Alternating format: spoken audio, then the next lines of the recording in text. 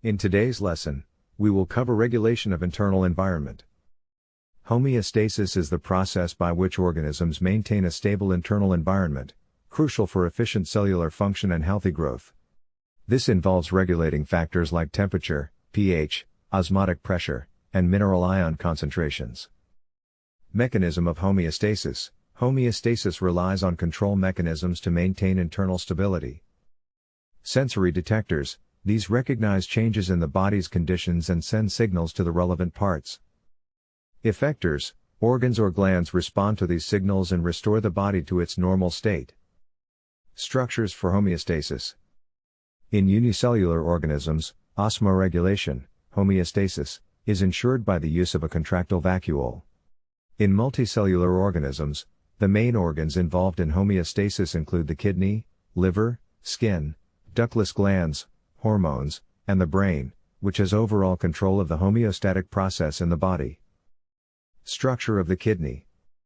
The mammalian kidney is a bean-shaped, reddish-brown organ located in the lower abdomen, with the right kidney slightly lower than the left. When cut lengthwise, it shows an outer cortex and an inner medulla. The kidney contains narrow tubules, nephrons, that pass through these regions, opening into pyramid-shaped tissues that lead to a funnel-like cavity called the pelvis. The kidney's capillaries branch from the renal artery and vein. The pelvis extends as the ureter, connecting the kidney to the urinary bladder. Functions of the kidney. It removes toxic wastes and harmful substances. It produces heat during cold conditions.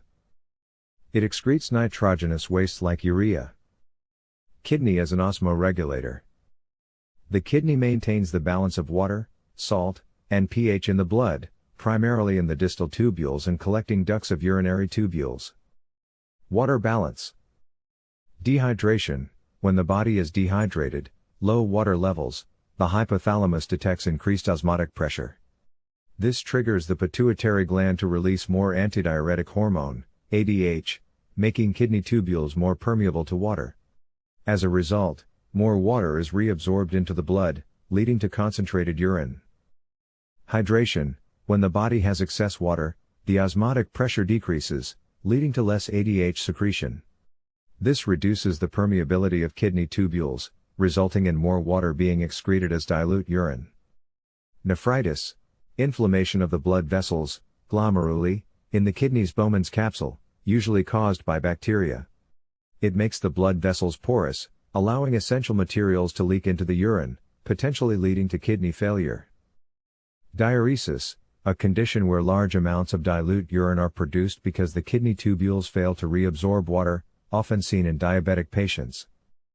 Kidney stones, hard masses of minerals and organic matter form in the urinary tubules, often due to low water intake and high salt consumption, blocking urine flow. Dropsy, edema, a condition where the kidney fails to absorb water from the blood, leading to water retention and swelling in body parts.